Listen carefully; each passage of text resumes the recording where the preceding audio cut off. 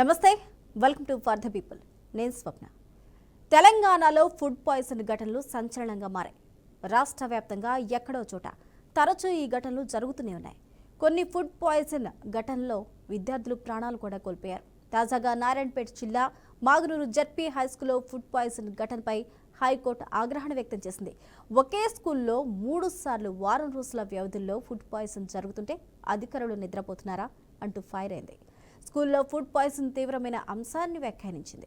ప్రభుత్వ పాఠశాలలో మధ్యాహ్న భోజనంలో నాణ్యత పాటించడం లేదని, ప్రైవేటు స్కూల్లో ఫీజుల నియంత్రణకు కమిటీ నియమించాలనే నిబంధనను ప్రభుత్వం అమలు చేసేలా ఉత్తర్వులు ఇవ్వాలి అంటూ హైదరాబాద్కు చెందిన help the people charitable trust అధ్యక్షుడు కీర్తినీడి అఖిల్ శ్రీగురుతేజ ప్రయోజనాల వాద్యాన్ని దాఖలు చేశారు.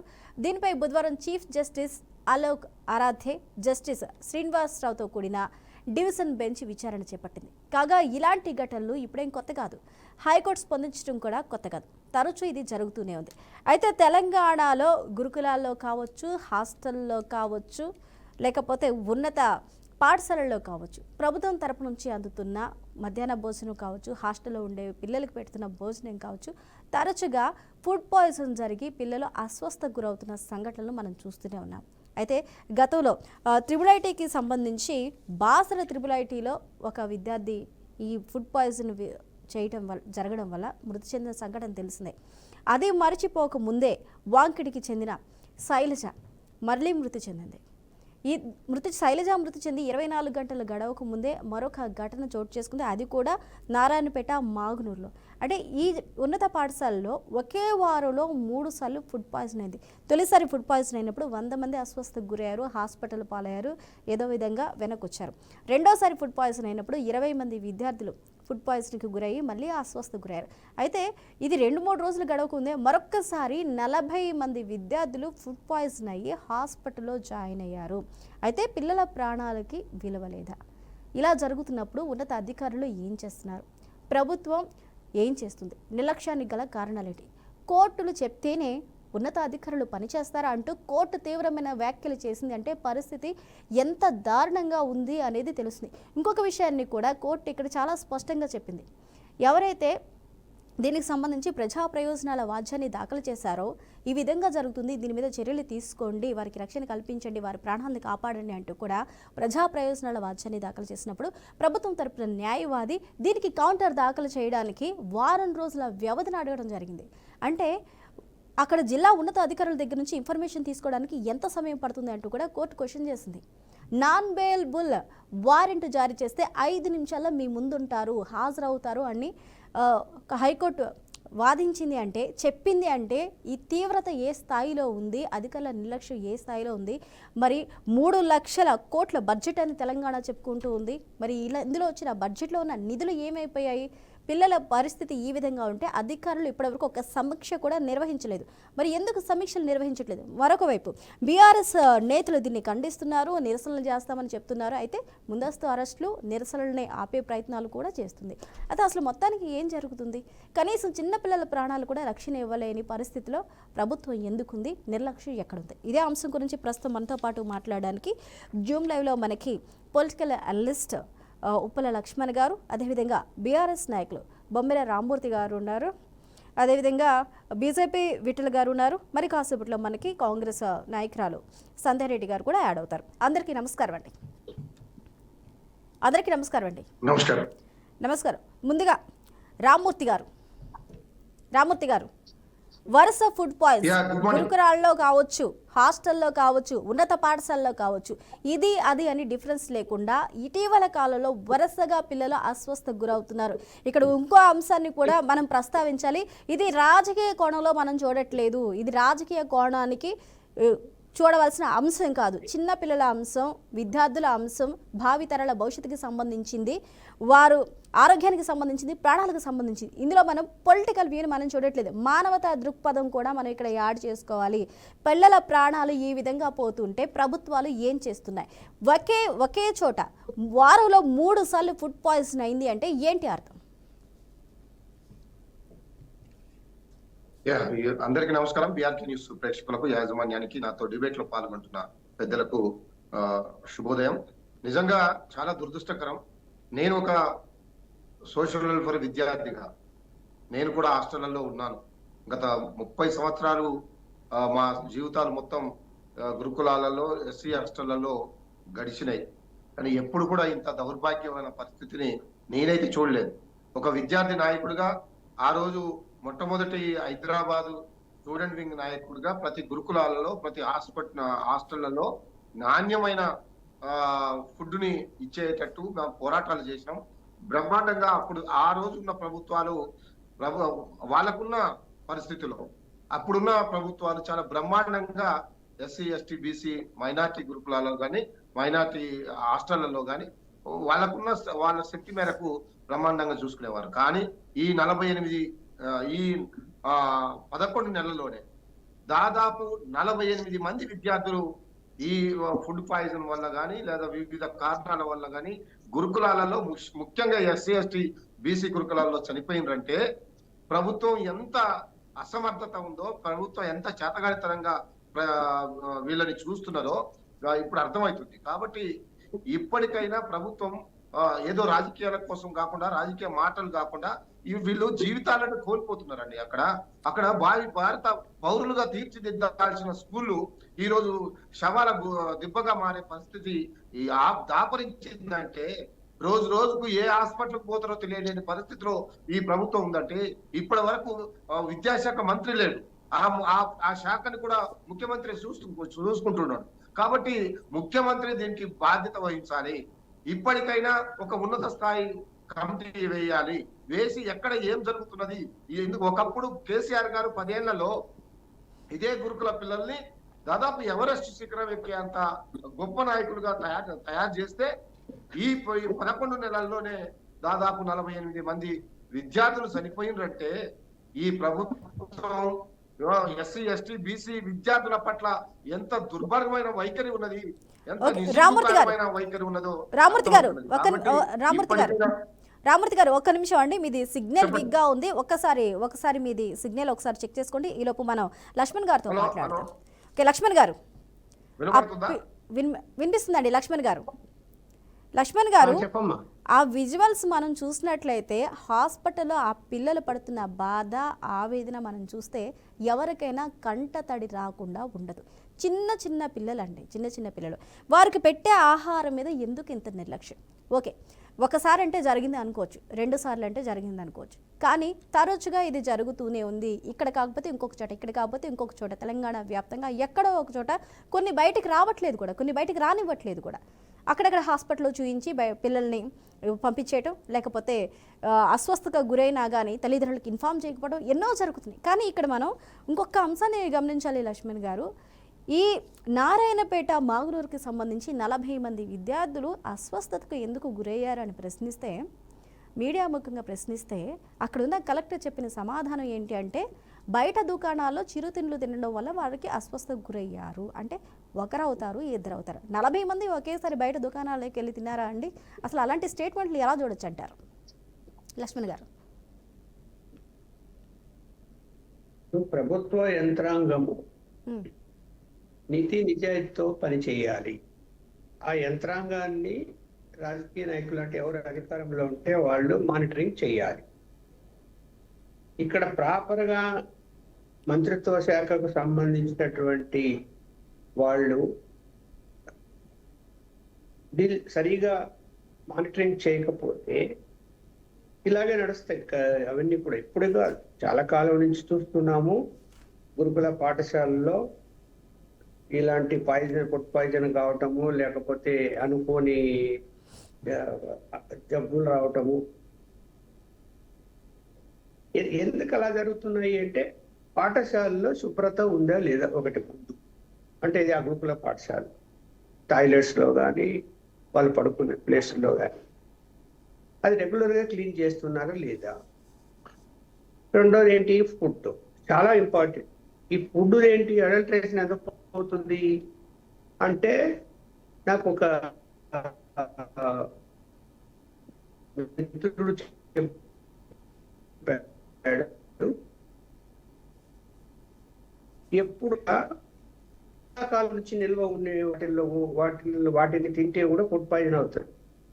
ఎప్పుడో చాలా కాలం నుంచి నిల్వ ఉండే వాటిని బయట మార్కెట్లో అమ్మలేరు. ఒకవేళ మార్కెట్లో అమ్మితే దొరికిపోతారు, వాళ్ళు వచ్చి కొడతారు. ఏమే ఎప్పుడు ఇవన్నీ. అందువలన ఈ గురుకుల పాఠశాలలకు సప్లై చేస్తారు వీళ్ళు, ఆ ఎగ్స్ ప్రొడక్ట్ చేసేటువంటి వాళ్ళు. అలాగే కూరగాయలు కానీ లేకపోతే ఇతర పదార్థాలు కానీ కూడా నాసిరకం వాటిని లేకపోతే చాలా కాలం నిల్వ ఉండేటువంటి వాటిని వాళ్ళు అమ్మడం, వీళ్ళు కొనడం. వీళ్ళు ఎవరు కొనేటువంటి టీం ఎవరు? మరి అక్కడ గురుకుల పాఠశాల ఇన్ఛార్జి. అన్నిటికీ ఏంటి కారణం ఏంటంటే అవినీతి. ఈ అవినీతిని ఆపకుంటే ఇవి ఇలాగే జరుగుతాయి. సరే ఆలోచించండి, పిల్లలు ఎవరండి? ఆ ప్రభుత్వ గురుకుల పాఠశాలలో ఉండే పిల్లలు 100% పేద వర్గాలే. 100%. ఎవడు ఓ మూత్రం అవతల తోలుకుంటూ బాగా జీవించేవాడు ఎవడు గురుకుల పాఠశాల పెట్టాడు. ఖచ్చితంగా ప్రైవేట్ స్కూల్లో పెడతాడు, నాకు డబ్బులు ఖర్చు అయినా పర్వాలేదు. అసలు ఇంకా ఏ మాత్రం విధి లేని వాళ్ళు మాత్రమే గురుకుల పాఠశాలలో పిల్లల్ని చేరుస్తారు. అంటే ఎంత పేదవాళ్ళు, వాళ్ళని చదివించే స్తోమత లేని పరిస్థితుల్లో పిల్లల్ని అక్కడికి పంపిస్తే వాళ్ళు ఏమి పిల్లలు గురుకుల పాఠశాల కదా, పొద్దున స్కూల్లో పాఠాలు వింటారు, సాయంత్రం అయితే హోంవర్క్ చేసుకుంటారు, వాళ్ళని చక్కగా చూసుకుంటారు అని ఒక విశ్వాసంతో తల్లిదండ్రులు అక్కడ చేరుస్తారు. చేర్చినప్పుడు అక్కడ ఉన్నటువంటి ఉద్యోగం, వంట మనిషి దగ్గర నుంచి అందరూ కూడా చాలా హాస్టల్స్ లో చూస్తున్నాం కదా, సరిగా ఫుడ్ పెట్టకపోవడము, తక్కువ వండటము, పిల్లల్ని తిట్టడము, ఒకవేళ ఏదైనా బాగలేదంటే కొట్టడము, ఇవన్నీ కూడా సోషల్ మీడియాలో చాలాసార్లు నేను చూశాను. నేను ఒక తెలంగాణ ప్రతి గురించి మాట్లాడలే, జనరల్ గా మాట్లాడుతున్నాను ఎక్కడైనా కూడా. అలాంటి పరిస్థితుల్లో పిల్లలు ఉంటే మనము ఒక తల్లిదండ్రులుగా అసలు ఆ వీడియోలు మీరు అన్నట్టు ఆ వీడియో చూస్తే ఎంత బాధ కలుగుతుంది. ఆ పిల్లలు మీరేమో రోజు రాజకీయ పార్టీలు పేద వర్గాల కోసం పనిచేస్తున్న వర్గాలు ధనికులు కావాలా పనిచేస్తున్నాం అంటారు. ఆ పేద వర్గంలో చదువు నిధులు కావలిస్తే రిలీజ్ చేయటము, కొన్ని సందర్భాలు ఏమవుతుంది అంటే కావాల్సిన నిధులు ఎవరు చేస్తారు?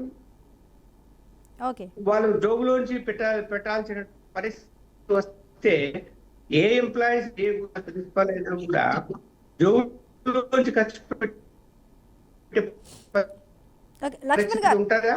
లక్ష్మణ్ గారు ఒక నిమిషం హోల్డ్ అవ్వండి. For the people short break తీసుకుందాం. బ్రేక్ అనంతరం డిబేట్ కంటిన్యూ చేద్దాం. Stay with us. Welcome back to for the people. ఇక చిన్న పిల్లల జీవితాలు గాల్లో దీపం అవుతున్నాయి.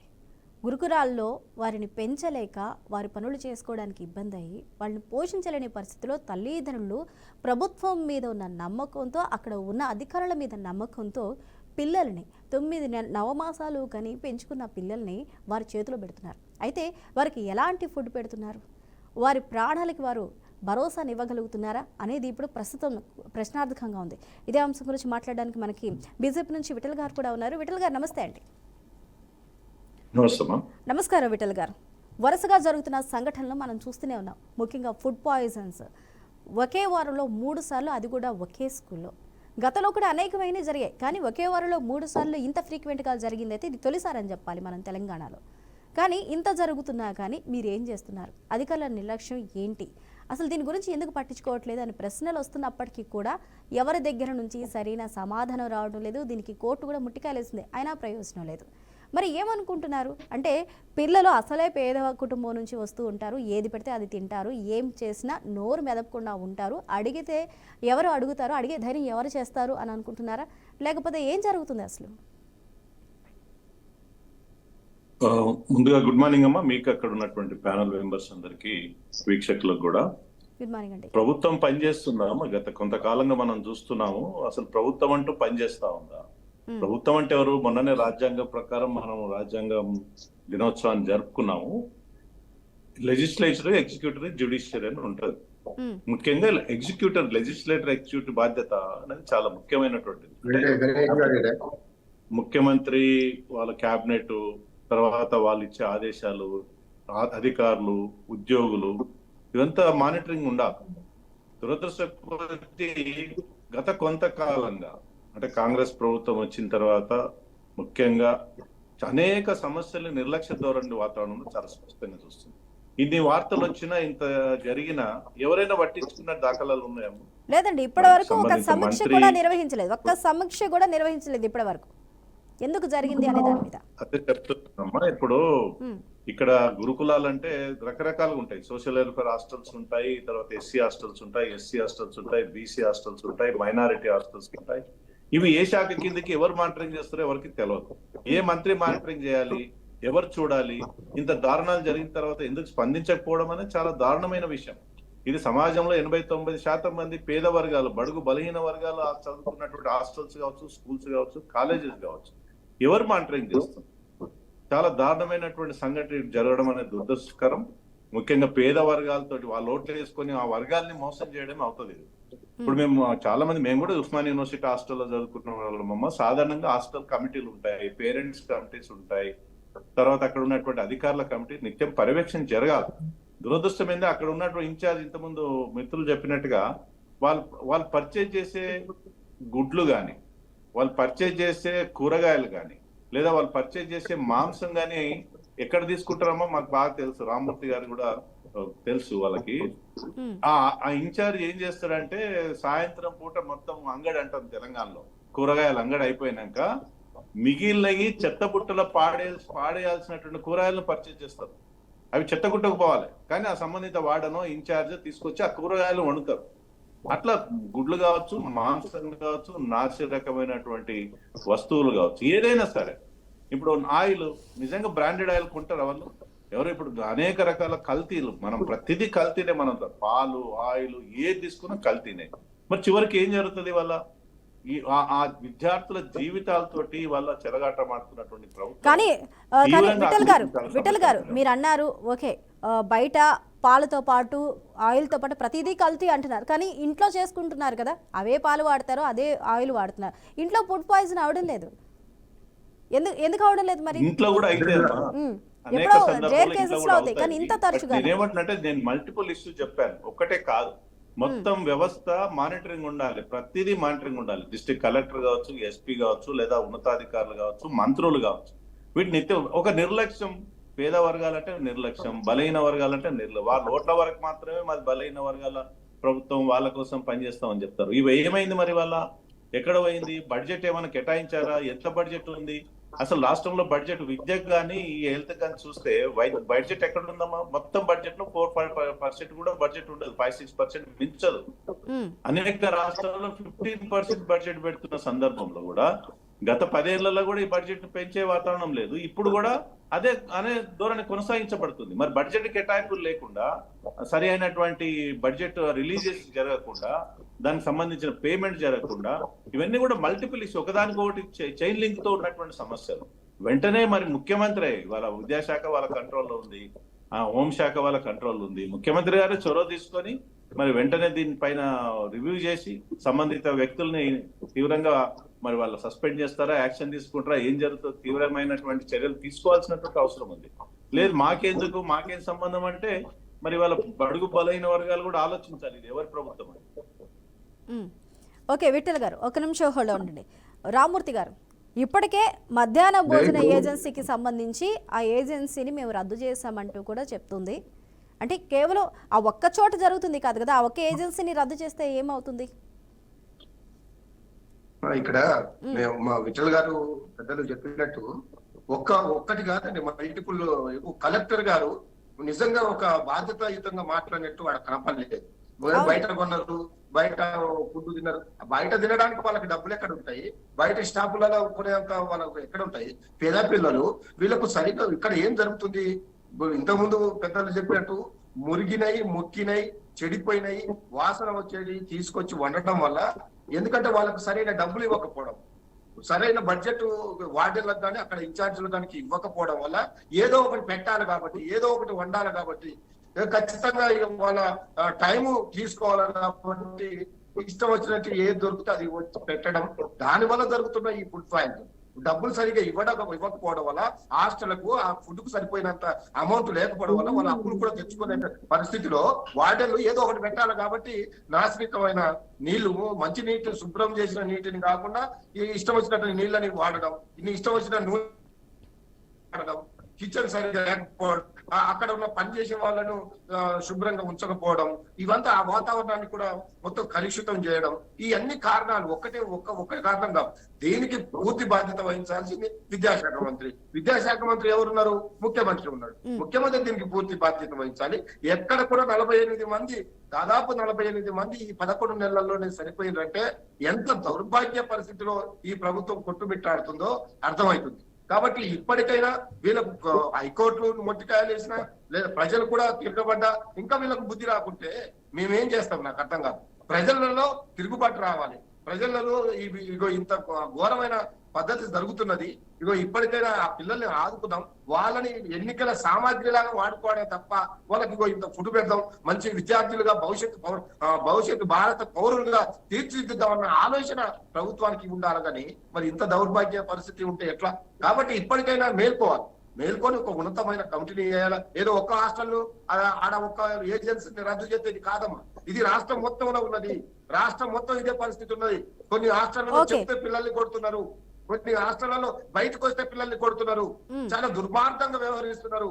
కాబట్టి ఈ పద్ధతి పోవాలంటే వెంటనే లేదు రాష్ట్ర స్థాయిలో ఒక అన్ని పార్టీలతో అఖిలపక్షం చేయాలి, లేదా ఒక ఉన్నత స్థాయి కమిషన్ వేసి నిజంగా ఒక నిజ నిర్ధారణ కమిషన్ వేసి ఇక్కడ జరుగుతున్న పొరపాటు ఇది ఖచ్చితంగా ప్రభుత్వ హత్యలే.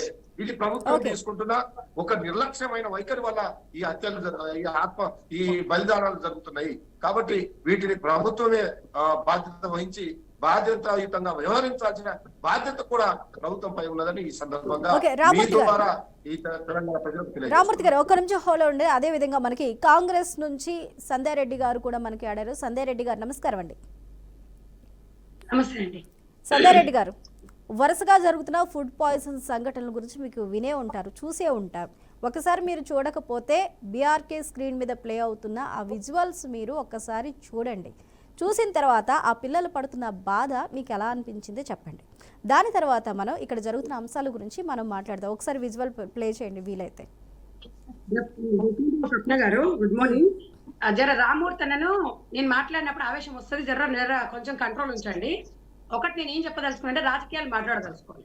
గత ప్రభుత్వం ఏం చేసిందా అనేది పిల్లల గురించి మాట్లాడదలుచుకున్నాను. సంధ్యా రెడ్డి గారు ప్లీజ్ ఒక నిమిషం అండి. గత ప్రభుత్వం గురించి ఇప్పుడు మీరు మాట్లాడకండి, ఎందుకంటే అది అయిపోయింది. గత ప్రభుత్వం ఏం చేసి సంధ్యా రెడ్డి గారు గత ప్రభుత్వం సరిగ్గా చేయలేదనే మీకు అధికారాన్ని ఇచ్చారు. గత ప్రభుత్వం ఏం చేయలేదనే అధికారాన్ని మీకు ఇచ్చారు. వినండి, మీరు మాట్లాడు. ఈ ఇన్సిడెంట్ గురించి మాట్లాడదాం, తర్వాత వైఫల్యాల గురించి మాట్లాడదాం. సంధ్యా రెడ్డి గారు ఫస్ట్ ఈ ఇన్సిడెంట్ గురించి మాట్లాడదాం. చెప్పండి సంధ్యా రెడ్డి గారు, ఫస్ట్ ఈ ఇన్సిడెంట్ గురించి మాట్లాడదాం, తర్వాత వైఫల్యాలు కానీ లేకపోతే మిగిలిన అంశాల గురించి మాట్లాడదాం. చెప్పండి. దాని గురించి మాట్లాడుతున్నా, మీరు ఒక్క నిమిషం ఆగండి. చెప్పండి. ఒక్కటి చెప్పదలుచుకునేదంటే మంచిగా జరిగిందని నేను చెప్పట్లేదు. ఏ ప్రభుత్వంలో జరిగిన బాధ్యత ప్రభుత్వాలదే.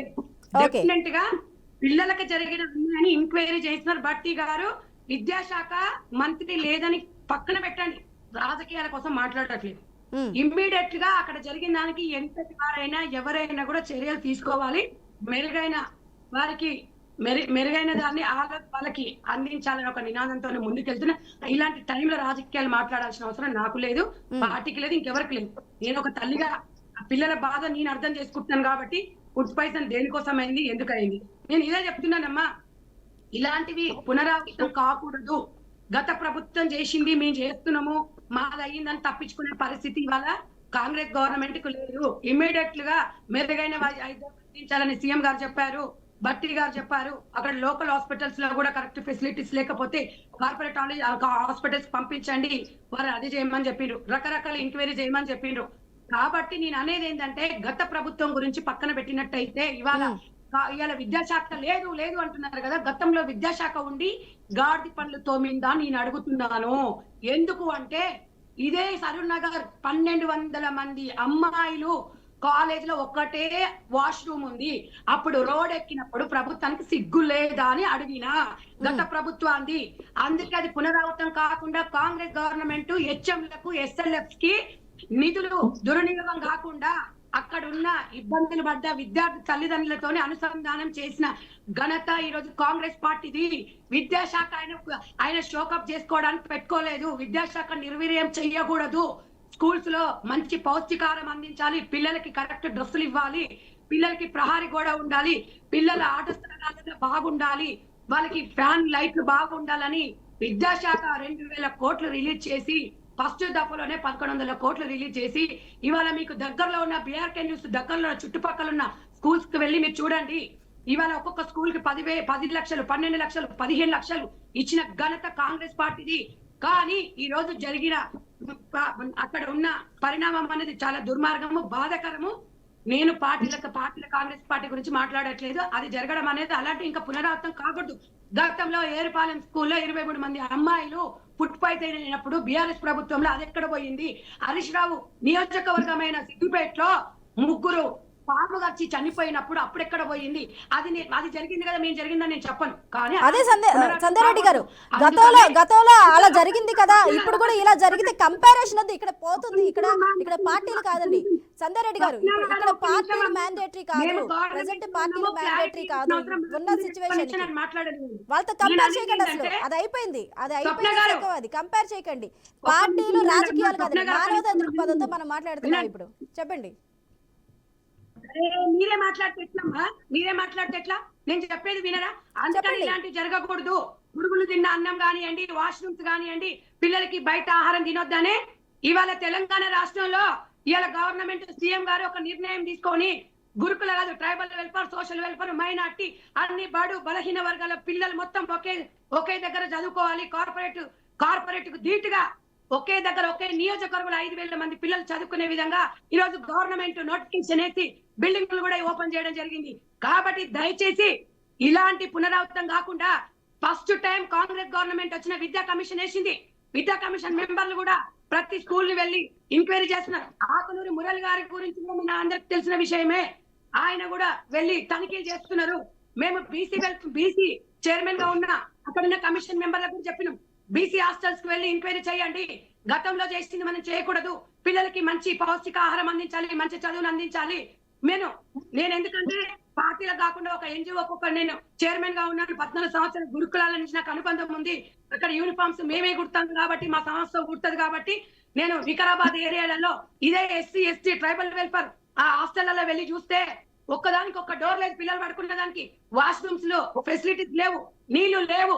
గతంలో జరిగితే పాములు వస్తాయంట పిల్లలు ఎన్నో సార్లు మొరబెట్టుకున్నారు. గత ప్రభుత్వం 10 సార్లు ఇదే లైవ్ డిస్కషన్ లో చెప్పినా అలాంటి పునరావృతం కాకుండా అందుకనే ఇవాళ ఎన్ని నిధులు ఇవాళ గురుకులాలు ఓపెనింగ్ చేసిండ్రు. స్కిల్ డెవలప్మెంట్ అనేది విద్యార్థులకు చేస్తున్నాం. దయచేసి మీరు అర్థం చేసుకోండి. గవర్నమెంట్ వెరీ సీరియస్ గా ఉంది. ఓకే సంధ్యారెడ్డి గారు, ఒక్క నిమిషం హోల్డ్ ఉండండి. ఒక చిన్న బ్రేక్ తీసుకొని మళ్ళీ మాట్లాడదాం. మనం for the people short break తీసుకుందాం. Stay with us. Welcome back to for the people. Laxman గారు, ఫుడ్ పాయిజన్ అవడానికి కారణాలు నాణ్యతా ప్రమాణాలు పాటించకపోవడం, ఏవైతే పాడైపోయిన వస్తువులు ఉన్నాయో, కూరగాయలు ఉన్నాయో, లేకపోతే ఇతరత్ర అవసరాలకు సంబంధించి ఏవైతే ఉన్నాయో వాటిని విధిగా వారికి పెట్టడం, దీని వెనకాల 1,00,000 కారణాలు. సరైన సమయంలో నిధులు రాకపోవడం కావచ్చు, లేకపోతే అధికారుల నిర్లక్ష్యం కావచ్చు.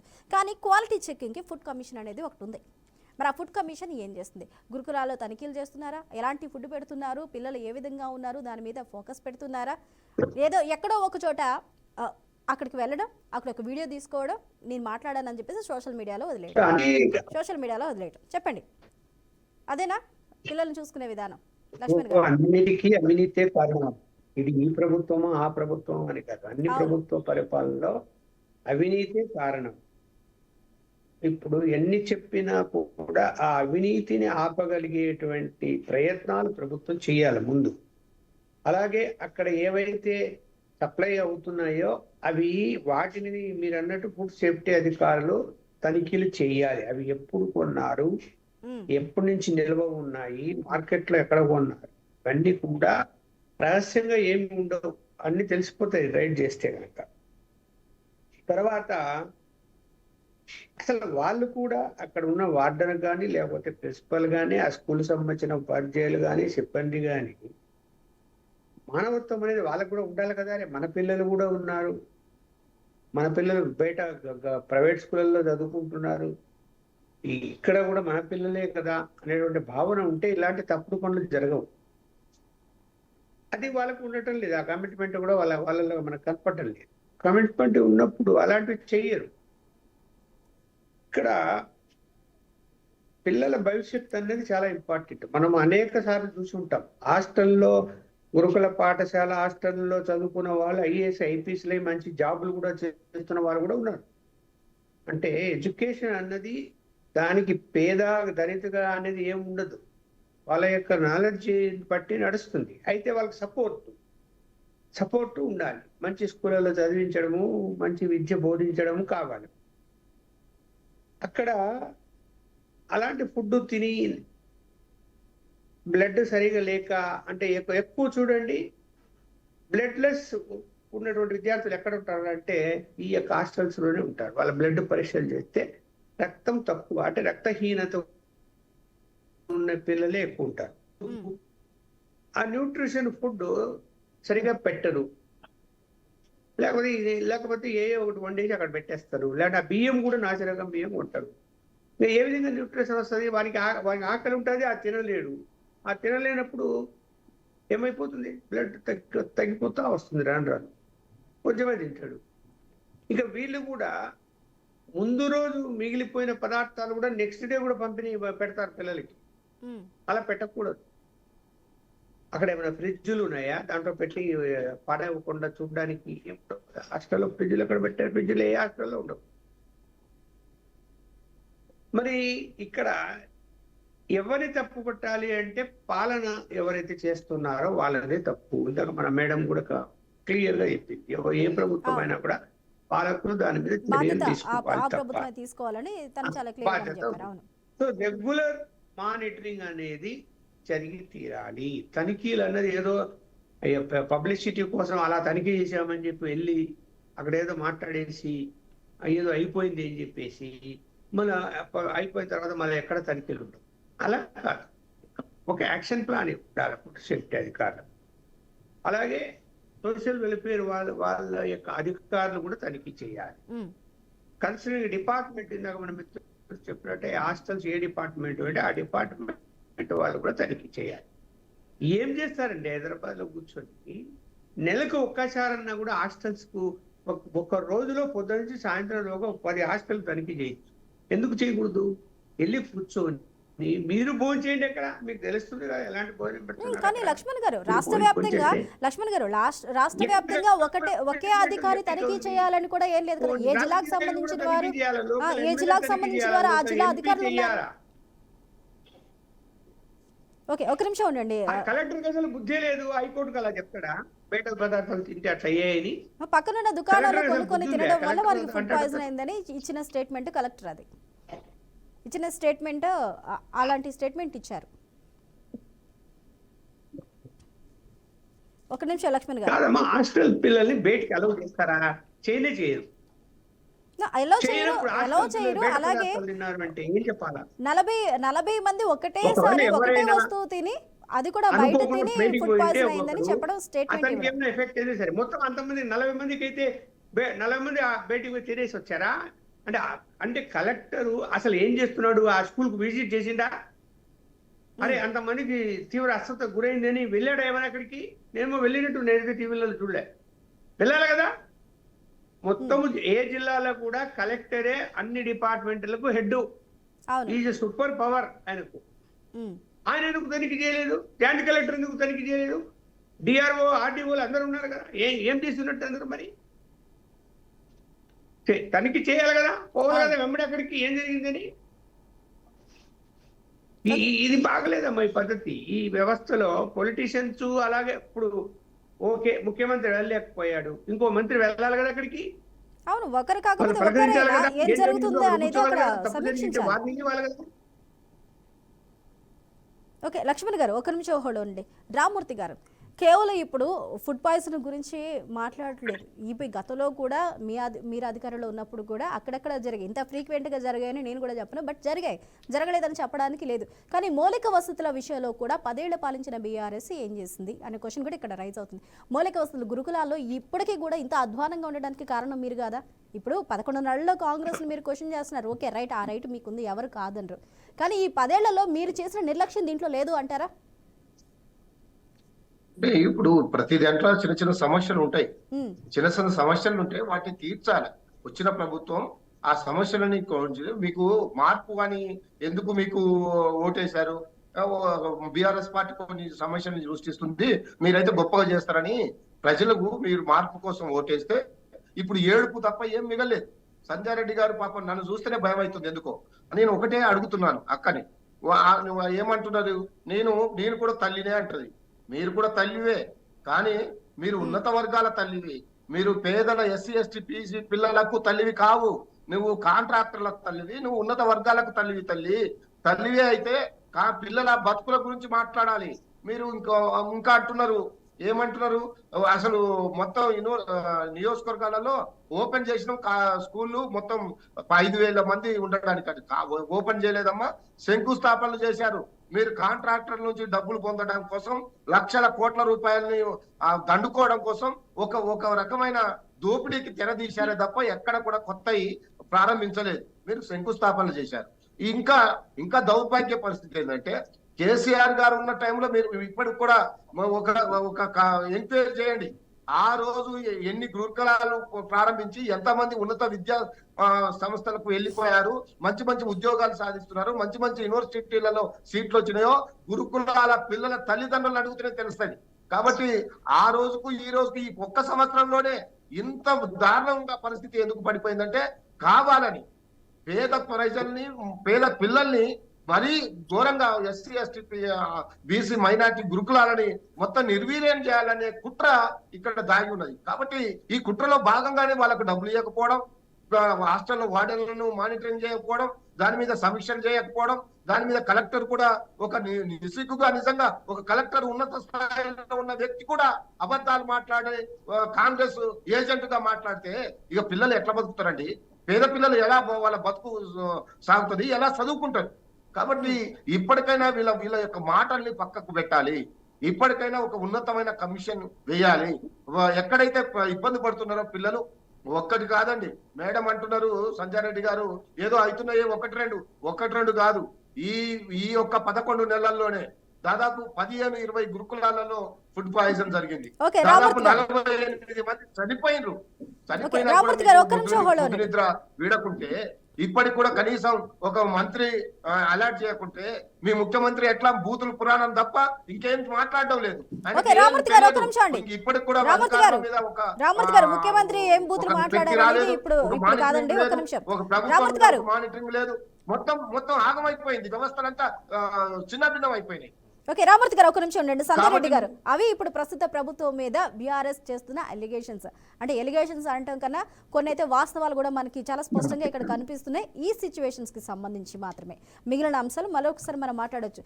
ఏమంటారు? ఇచ్చిన నిధులు మీరు ఇచ్చారని చెప్తున్నారు. అలాగే విద్యాశాఖకు సంబంధించి, వారి సంక్షేమానికి సంబంధించి, హాస్టల్లో ఉండే వారికి సంబంధించి 12,000 కోట్లు మేము రిలీజ్ చేశాము, ఇప్పటికే 11,000 కోట్లు మేము మంజూరు చేసాము అని చెప్తున్నారు. సరే, కానీ కొన్ని హాస్టల్స్లో పిల్లల్ని కదిలిస్తే అక్కడున్న అధికారులు చెప్తున్న మాట ఏంటి అంటే, మాకు నిధులు రావడం లేదు, మేము ఎక్కడి నుంచి తీసుకొచ్చి పెడతాం.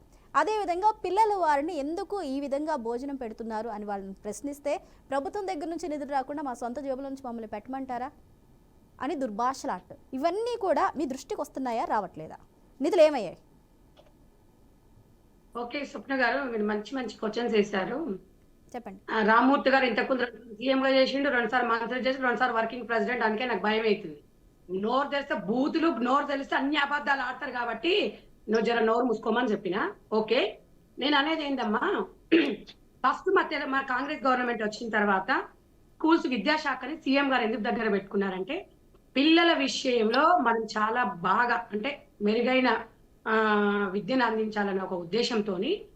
ఇవాళ ఎందుకంటే గత ప్రభుత్వము ఇప్పుడు విద్యా కమిషన్ లో డబ్బులు ఉండవండి, డబ్బులు అందులో స్కామ్ చేయడానికి రాదు.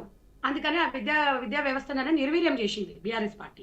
ఉమ్, మేమేం చేశాము, 4,000 కోట్లతోని కలెక్టర్ అమ్మ ఆదర్శ పాఠశాలలు అనుబంధంగా సెల్ఫ్ హెల్ప్ గ్రూప్స్ వారికి అనుబంధంగా చేసేసి ఇప్పుడు మామూలుగా ఫర్ ఎగ్జాంపుల్ ఒక ప్రైమరీ స్కూల్ ఉంది, వాళ్ళకు ఒక 8 లక్షలు అంటే అవసరాన్ని బట్టి 8 లక్షలు 10 లక్షలు రిలీజ్ చేయడం జరిగింది. మీ బీఆర్కే న్యూస్ పక్కన మొత్తం చాలా స్కూల్స్ ఉన్నాయి అక్కడ, మీరు వెళ్ళి హెడ్ మాస్టర్లను అడగండి. SLFs సెల్ఫ్ హెల్ప్ గ్రూప్స్ వాళ్ళకి అనుబంధంగా చేసి అకౌంట్ కూడా ఒక వాళ్ళిద్దరు కలిసే ఇవాళ ఒక HM సంతకం పెడితే అక్కడ నిధులు బయటికి రావండి, ఇద్దరు కలిసి సంతకం పెట్టాల్సిన పరిస్థితి. ఎందుకు చేశాము? గత ప్రభుత్వం చేసిన విద్యాశాఖ నిర్వీర్యం మనం చేయకూడదు. అందుకనే గురుకులాన్ని, ట్రైబల్ వెల్ఫేర్, సోషల్ వెల్ఫేర్ అన్ని వర్గాల వారిని ఒకే ధీటుగా, ఒకే దాటిగా, ఒకే దగ్గర శంకుస్థాపన చేసి వచ్చే సంవత్సరానికి, ఇప్పుడే పెళ్లి కాగానే పిల్లలు పుట్టారు, 9 నెలలు ఆగాలి, ఇది కూడా అంతే. ఇక్కడ శంకుస్థాపన చేసినాము అంటే డెఫినెట్ గా ఒక మంచి దానికి మనము ప్రారంభించినాము, దానికి మీరు స్వాగతించాలి. నేను అనేది ఏంటంటే నిన్న జరిగింది అతి దుర్మార్గము, బాధకరం. ఒక ఆడబిడ్డ కన్నా నేను బలహీన వర్గాలు, నేను సంపన్న వల్ల తల్లినా నేను చెప్పలేదు. నాకు NGO ఆర్గనైజేషన్ పరంగా గురుకులాల గురించి నాకు బాగా తెలుసు, క్లారిటీగా నా దగ్గర ప్రతి ఆధారం కూడా చూపిస్తాను నేను. కానీ ఇప్పుడు అది టైం కాదు, వాళ్ళు చేసింది మేము చేసినామని కాదు. డిప్యూటీ సీఎం గారు వెరీ క్లారిటీగా మేము ఒక్కటే చెప్తున్నానమ్మా, అక్కడ మెరుగైన విద్యను, మెరుగైన ఆరోగ్యం వాళ్ళకి అందించాలి అర్జెంట్ గా అని చెప్పేసి చేశారు. సీఎం గారు బిజీగా ఉంటారని కాదు, మీకు అర్థం కాలేదు. కలెక్టర్ సంయుక్తంగా ఈ ఆదర్శ పాఠశాలలు ముందుకు వెళ్ళాలని చెప్పి చేయాలి. ఇంకొకటి, గతంలో బీఆర్ఎస్ పార్టీ విద్యా కమిషన్ ఉందమ్మా, ఇవాళ విద్యా కమిషన్ ఎందుకు వేశారు? 3 కమిషన్ మెంబర్లు ఎందుకు వేసి? నేను ఇమ్మీడియట్ గా నిన్న జరిగిన దాంట్లో నేను జ్యోత్స్న గారితో మాట్లాడిన, స్నేహితురాలు కాబట్టి ఇలా జ్యోత్స్న గారు ఇలా జరుగుతుంది, ప్రతి దగ్గర జరుగుతుంది, హైదరాబాద్ లోనే కాదు, మీరు గ్రామీణ ప్రాంతాలలో కానివ్వండి, నియోజకవర్గం వైజ్ కూడా అన్ని మీరు తనిఖీ చేయండి. ఎందుకంటే గవర్నమెంట్ నిధులు ఇస్తున్నా కూడా కరెక్ట్. ఒక్క నిమిషం స్వప్న గారు, నేను ఎందుకు చెప్తున్నానంటే ఇవన్నీ ఎందుకు చెప్తున్నాం? మనం గత ప్రభుత్వము ఇదే సిద్దిపేటలో హరీష్ రావు గారు ఉన్న హాస్టల్లో 3 పాము కాటుకి గురై చనిపోయారు అంటే వాళ్ళు జరిగింది కానీ మేము దుర్మార్గం, బాధకరం. ఏ గవర్నమెంట్ ఉన్నా పిల్లలు పాపం చేసుకోరండి. మనము రాజకీయాలు మాట్లాడుతుండొచ్చు కానీ పిల్లల విషయం కాదు. అదే మీరు అదే ఏడుపాలెం స్కూల్లో 23 మంది పిల్లలు 2022లో నేను ఖమ్మం జిల్లాలో నేను గురుకుల బీసీ వెల్ఫేర్ దాంట్లో నేను 14 సంవత్సరాల నుంచి టెండర్స్ వేస్తున్నా, నేను స్వయంగా నేను చూసిన ఆ స్కూల్. నాకు కాంట్రాక్టర్ అది ఒప్పుకోండి, మీరు కాంట్రాక్టర్ పేద పిల్లల ప్రాణాలు కాపాడేదాన్ని వాళ్ళ దగ్గర అంతే తప్ప సాయం చేయాలని చెప్పండి, గది మాట్లాడండి. మళ్ళీ నోరు మూసుకోమంటారు బుద్ధి లేకుండా. స్వప్న గారు, ఐఎమ్ నాట్ కాంట్రాక్టర్. అంటే ఆమె మాట్లాడే దాంట్లో ఒక్కటి కూడా నిజం లేదు. నువ్వు నోరు మూసుకో అని చెప్పిన. నేనేం చెప్తున్నా, మహిళలకి ఉచితంగా ట్రైనింగ్ ఇచ్చి వాళ్ళకి ఉపాధి కోసం వేసాం. NGO ఒకటి రన్ చేస్తారండి, తను సంధ్యారెడ్డి గారు NGO రన్ చేస్తారు, ఉపాధి కల్పిస్తారు, కుటుంబ విషయాలు అలాంటివన్నీ కూడా తను ఇస్తూ ఉంటారు. అట్లా చెప్పమ్మా తల్లి, మహాతల్లి. లేకుండా మాట్లాడుకోండి. నేను అనేది స్వప్న గారు, నాకు అవకాశం ఇచ్చినప్పుడు మీరు అలాంటి వాళ్ళని మీరు మ్యూట్ లో పెట్టాలి, దయచేసి చెప్తున్నా. అట్లా ఉంటేనే మీరు పిలవండి, లేకపోతే పిలవకండి. ఎందుకమ్మా? మేము చెప్పింది చేయొచ్చు 100%. ఇంకొక 1 year లో ఇలాంటివి పునరావృతం. అందుకనే అన్ని వర్గాలు వీళ్ళలాగా. అవునమ్మా, నేను అడుగుతున్న 10 సంవత్సరాలు విద్యాశాఖలో ఎందుకు సొంతం? సంధ్యారెడ్డి గారు మనకు సమయం తక్కువగా ఉంది. మునుముందు ఇలాంటివి జరగకుండా ప్రభుత్వం కఠినమైన చర్యలు తీసుకుంటుందా, తీసుకోదా? కంక్లూడ్ పిల్లలు 48 మంది పిల్లలు ఎందుకు చచ్చిపోయారో దానికి సమాధానం చెప్పండి. ఇప్పుడు జరిగిపోయిందాన్ని వెనక్కి తీసుకురాలేము, ఇప్పుడు ఎలాంటి చర్యలు తీసుకుంటుంది సంధ్యారెడ్డి గారు? నువ్వు 48 మంది ఎందుకు చచ్చిపోయారో 11 నెలల్లో చెప్తాలి. బుద్ధి లేకుండా ఒక నిమిషం అండి, అలాంటి పదజాలం వాడద్దు. రామ్మూర్తి గారు, మహిళల్ని మనం గౌరవించాలి, అది తెలిసిందే. మీరు అలాంటి పదజాలాలన్నీ వాడకండి. ఎవరినైనా సరే ప్యానెల్లో ఉన్న ప్రతి ఒక్కరిని మనం రెస్పెక్ట్ ఇవ్వాలి, రెస్పెక్ట్ చేయాలి.